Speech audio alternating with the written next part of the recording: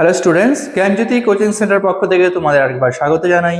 আমি রাজীব স্যার এবং আজকে আমরা আলোচনা করব সিবিপিবিইউ ইউনিভার্সিটির আন্ডারে তোমরা যারা সেকেন্ড সেমিস্টারের জন্য পড়াশোনা করছো পলিটিক্যাল সায়েন্স নিয়ে, তাদের জন্য আজকের যে আমাদের কাছে টপিকটা রয়েছে সেটা হলো মেজর পেপার 2 এর সুপ্রিম কোর্টের যে ক্ষমতা এবং কার্যাবলী। ঠিক আছে, তো মেজর পেপার 2 এর তোমাদের আজকের আলোচনার বিষয় রয়েছে সুপ্রিম কোর্টের ক্ষমতা এবং কার্যাবলী। তার আগে তোমরা যারা আমাদের চ্যানেলে প্রথম এসেছো বা এখনো আমাদের চ্যানেলটিকে সাবস্ক্রাইব করনি, তারা অবশ্যই চ্যানেলটিকে সাবস্ক্রাইব করো এবং পাশে থাকা বেল আইকনটিকে ক্লিক করে দিও, যাতে আমাদের পরবর্তী ভিডিও নোটিফিকেশন তোমরা খুব সহজেই পেয়ে যেতে পারো। এছাড়া তোমরা যারা অনলাইনে আমাদের সাথে যুক্ত হতে চাও এবং আমাদের থেকে কোর্স পারচেস করতে চাও, তারা স্ক্রিনে যে দুটো নাম্বার তোমরা দেখতে পাচ্ছ, এই দুটো নাম্বারে আমাদের সাথে সরাসরি যোগাযোগ করে নিতে পারবে। অনলাইনে যে সমস্ত সুযোগ সুবিধাগুলো আমরা তোমাদের জন্য রেখেছি, তোমরা আমাদের এখানে পেয়ে যাবে live classes, recorded classes, high quality notes এবং 100% কমন সাজেশন। মেজর স্টুডেন্টদের জন্য পুরো সেমিস্টারের কোর্স ফ্রি, সমস্ত সাবজেক্টের জন্য আমরা রেখেছি তোমাদের জন্য শুধুমাত্র 1199 এবং মাইনর স্টুডেন্টদের জন্য সেই অ্যামাউন্টটা রয়েছে শুধুমাত্র 699। এছাড়া তোমরা গুগল প্লে স্টোর থেকে পিস্টিকল এডুকেশন বলে আমাদের একটা অ্যাপ্লিকেশন রয়েছে, এই অ্যাপ্লিকেশনটা ডাউনলোড করে তোমরা আমাদের সাথে যুক্ত হতে পারবে এবং এই অ্যাপ্লিকেশনের মাধ্যমে আমাদের কোর্সগুলোকে তোমরা অ্যাক্সেস নিতে পারবে। ঠিক আছে, তো এবার মেন টপিকে আসা যাক। দেখো, সুপ্রিম কোর্টের ক্ষমতা এবং কার্যাবলী কি কি রয়েছে। তো সংবিধানের অভিভাবক এবং ব্যাখ্যাকর্তা হিসেবে ভারতীয় সুপ্রিম কোর্টের তাৎপর্য খুবই গুরুত্বপূর্ণ। ঠিক আছে, এই কারণে ভারতবর্ষে সুপ্রিম কোর্ট সর্বোচ্চ আদালত তত্ত্ব যুক্তরাষ্ট্রীয় আদালত হিসেবে পরিচিত। আমাদের ভারতের যে সব থেকে বড় যেই আদালতটা রয়েছে, সেই আদালতটাকে আমরা সুপ্রিম কোর্ট হিসেবে চিনে থাকি। ঠিক আছে, আচ্ছা, সুইজারল্যান্ড, ফ্রান্স এবং ব্রিটেনের তুলনায় যে ভারতের সুপ্রিম কোর্টের ক্ষমতা যথেষ্ট ব্যাপক এবং শক্তিশালী। সুইজারল্যান্ড, ফ্রান্স এবং ব্রিটেনের যে কোর্টগুলো রয়েছে তাদের তুলনায় যদি আমাদের সুপ্রিম কোর্টের সাথে করা যায়, তো সুপ্রিম কোর্টের যে ক্ষমতা রয়েছে তাদের তুলনায় অনেকটা বেশি ক্ষমতা ভোগ করে থাকে। কৃষ্ণস্বামী আইয়ারের ভাষায়, the supreme court of India union has more power than any supreme court in the part of the world. তো বিশ্বের যে কোনো জায়গার যত সুপ্রিম কোর্ট রয়েছে তাদের যে তুলনায় ভারতের যে সুপ্রিম কোর্ট রয়েছে তার ক্ষমতা অনেক বেশি। ঠিক আছে, আচ্ছা, ভারতীয় সুপ্রিম কোর্ট একধারে যুক্তরাষ্ট্রীয় আদালত, সর্বোচ্চ আপিল আদালত এবং সংবিধানের অভিভাবক এবং চূড়ান্ত ব্যাখ্যাকর্তা, এবং অন্যদিকে মৌলিক অধিকারের সংরক্ষক প্রভৃতি বিষয়ে সুপ্রিম কোর্ট বিশেষ গুরুত্বপূর্ণ ভূমিকা পালন করে থাকে। ঠিক আছে, সমস্ত ব্যাপারে যুক্তরাষ্ট্রীয় আদালত হিসেবে, সর্বোচ্চ আপিল আদালত হিসেবে, তারপরে অভিভাবক হিসেবে এবং চূড়ান্ত ব্যাখ্যাকর্তা এবং বাকি যে আমাদের মৌলিক অধিকারগুলো রয়েছে সেই মৌলিক অধিকার রক্ষার ক্ষেত্রে কিন্তু সুপ্রিম কোর্ট বিশেষ ভূমিকা পালন করে থাকে। তাছাড়া রাষ্ট্রপতির পরামর্শদাতা হিসেবেও সুপ্রিম কোর্টের ভূমিকা খুবই গুরুত্বপূর্ণ। ঠিক আছে, তো ভারতের যে রাষ্ট্রপতি তাকেও কিন্তু সুপ্রিম কোর্ট পরামর্শ দিয়ে থাকে।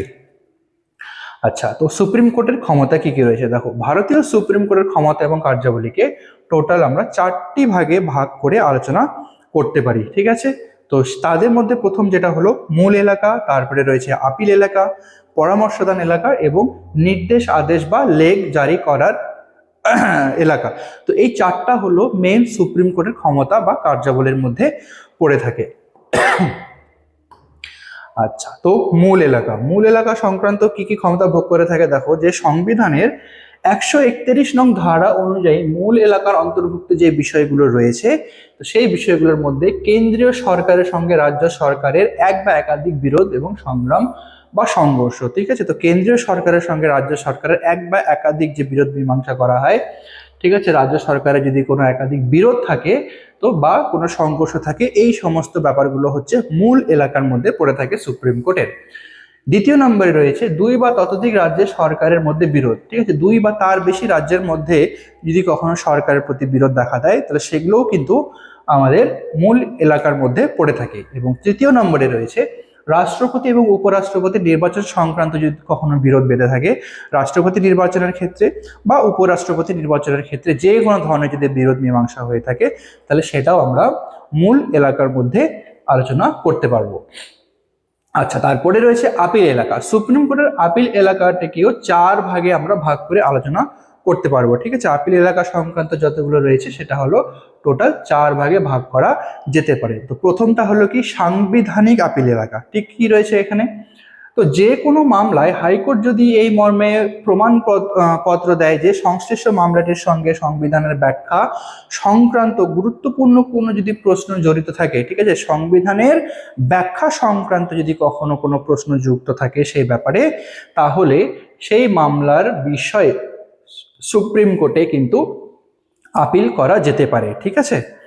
আচ্ছা, তাছাড়া হাইকোর্ট কোনো প্রমাণপত্র না দিতে চাইলে সুপ্রিম কোর্ট এই ধরনের আপিলের জন্য বিশেষ অনুমতি দিতে পারে। তো হাইকোর্ট যদি এই ব্যাপারে যদি সেরকম কোনো তথ্য প্রদান নাও করতে চায়, তাহলেও কিন্তু সুপ্রিম কোর্ট এর বিশেষ একটা অনুমতি তাই সেই অভিযোগের জন্য কিন্তু তিনি দিতে পারেন সুপ্রিম কোর্ট। আচ্ছা, তারপরে রয়েছে কি দেওয়ানি আপিল।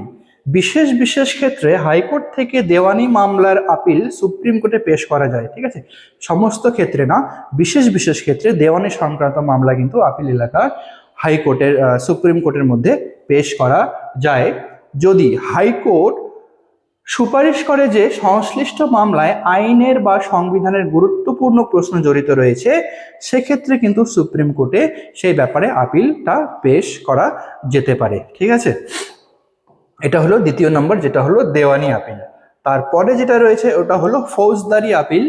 তো ফৌজদারি মামলায় হাইকোর্টের রায়ের বিরুদ্ধে সুপ্রিম কোর্টে আপিল করা যায়। কখনো যদি ফৌজদারি মামলায় হাইকোর্টে কোনো রায় দেওয়া হয়ে থাকে, তাহলে সেই রায়ের বিরুদ্ধে তিনি সুপ্রিম কোর্টে কিন্তু সেই ব্যাপারে আপিল করতে পারে।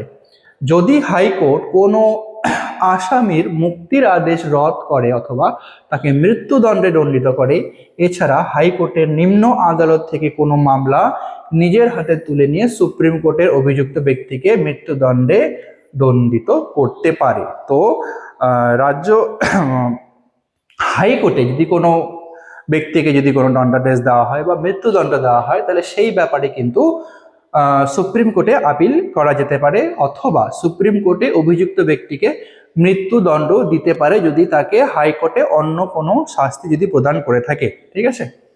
আচ্ছা, তারপরে যেটা রয়েছে সেটা হলো বিশেষ অনুমতিপত্রে আপিল। কি রয়েছে এখানে, যে ভারতীয় সামরিক আদালত বা ট্রাইব্যুনাল ছাড়া যে কোনো আদালত বা ট্রাইব্যুনালে রায় বা আদেশ এবং দণ্ডের বিরুদ্ধে আপিল করার জন্য সুপ্রিম কোর্টে বিশেষ অনুমতি দিতে পারে, ঠিক আছে। যে কোনো ব্যাপারে সুপ্রিম কোর্টের যে বিশেষ অনুমতি, সেই বিশেষ অনুমতি দিতে পারে কিসের জন্য, হাইকোর্টের কোনো রায় বা দণ্ডের বিরুদ্ধে যদি আপিল করতে হয়, তাহলে সেক্ষেত্রে কিন্তু সুপ্রিম কোর্টে আপিল করা যেতে পারে। আচ্ছা, তারপরে রয়েছে কি পরামর্শদান এলাকা। রাষ্ট্রপতি যদি মনে করেন আইন বা তথ্য সংক্রান্ত বিষয়ে কোনো সর্বজনীন গুরুত্বপূর্ণ প্রশ্ন যদি দেখা দেয় বা দিতে পারে, তাহলে তিনি কি করে সেই বিষয়ে সুপ্রিম কোর্টের কাছে পরামর্শ চাইতে পারেন। এমন কোনো বিষয় যেখানে হাইকোর্ট রাষ্ট্রপতি যদি মনে করেন যে সেখানে কোনো আইন বা তথ্য সংক্রান্ত বিষয়ে কোনো সর্বজনীন পরামর্শ দরকার যদি পড়ে, রাষ্ট্রপতি যদি এরকম মনে করেন, তাহলে কিন্তু রাষ্ট্রপতি সুপ্রিম কোর্টের কাছে পরামর্শ গ্রহণ করতে পারে। এই বিষয়টিকে বলা হয় পরামর্শদান এলাকা। যেহেতু এখানে সুপ্রিম কোর্ট যে কোনো রায়ের বিরুদ্ধে বা কোনো আইনের ক্ষেত্রে রাষ্ট্রপতির কাছে পরামর্শ নিয়ে থাকেন, তো এই ব্যাপারটাকে বলা হয়ে থাকবে পরামর্শদান এলাকা। তবে এক্ষেত্রে সুপ্রিম কোর্ট পরামর্শদানে বাধ্য নয়, ঠিক আছে। সুপ্রিম কোর্ট কিন্তু এই ক্ষেত্রে বাধ্য নয়, তিনি চাইলে পরামর্শ গ্রহণ করতেও পারে বা নাও করতে পারে।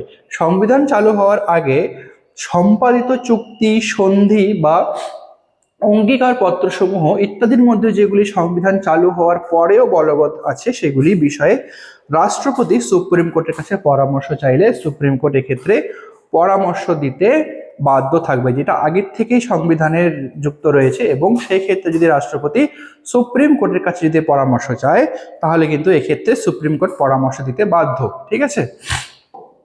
আচ্ছা, তারপরে যেটা রয়েছে সেটা হলো নির্দেশ, আদেশ বা লেখ জারি করার সংক্রান্ত এলাকা। আচ্ছা, সুপ্রিম কোর্ট নাগরিকদের মৌলিক অধিকারের রক্ষক, ঠিক আছে। নাগরিকদের যতগুলো মৌলিক অধিকার রয়েছে সেই অধিকারের রক্ষক হিসেবে সুপ্রিম কোর্টকে ধরা হয়ে থাকে।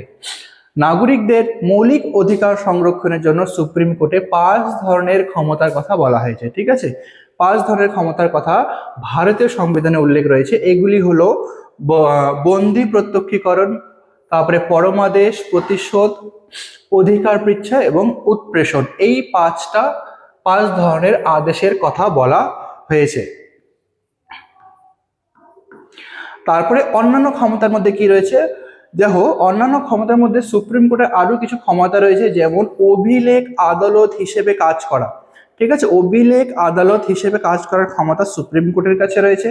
বিভিন্ন মামলা রায়ের বিরুদ্ধে পুনর্বিবেচনা করার ক্ষমতা, যে কোনো আদালত থেকে যদি কোনো রায় দিয়ে থাকে বা কোনো আদেশ দিয়ে থাকে, তাহলে সেই আদেশ বা রায়ের বিরুদ্ধে কিন্তু সুপ্রিম কোর্ট পুনর্বিবেচনা করতে তার কাছে এই ক্ষমতাটা রয়েছে।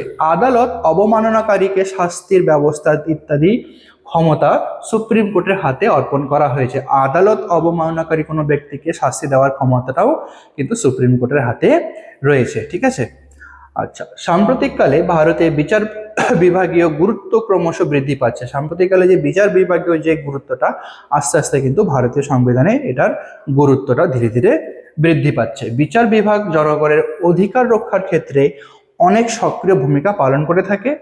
লক্ষ্য অর্জনের জন্য বিচারালয়ের বলিষ্ঠ কার্যধারা বলতে বোঝায় যে বিচার বিভাগের সক্রিয়তা বা জুডিশিয়াল রিভিউ, এই ক্ষমতার উপর ভিত্তি করে বিকশিত হয়ে চলেছে সুপ্রিম কোর্টের ক্ষমতা। ঠিক আছে, তো জুডিশিয়াল রিভিউ যে ক্ষমতাটা রয়েছে, এই ক্ষমতার উপর ভিত্তি করে কিন্তু ধীরে ধীরে সুপ্রিম কোর্টের ক্ষমতা ধীরে ধীরে কি হচ্ছে, বৃদ্ধি পাচ্ছে। সাম্প্রতিককালে পিআইএল মামলাসমূহকে কেন্দ্র করে বিচার বিভাগের সক্রিয়তা বৃদ্ধি পেয়েছে এবং বিচার বিভাগ পিআইএল মামলার মধ্য দিয়ে জনস্বার্থ সংরক্ষণে যথেষ্ট চেষ্টা করছে বা চেষ্টা করেই যাচ্ছে এখনো পর্যন্ত। ঠিক আছে, আচ্ছা, তো তোমাদের আজকের আলোচনা যে বিষয়টা ছিল সেটা এতখানি।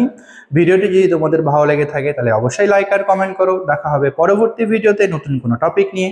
ততক্ষণ পর্যন্ত ভালো থেকো, সুস্থ থেকো।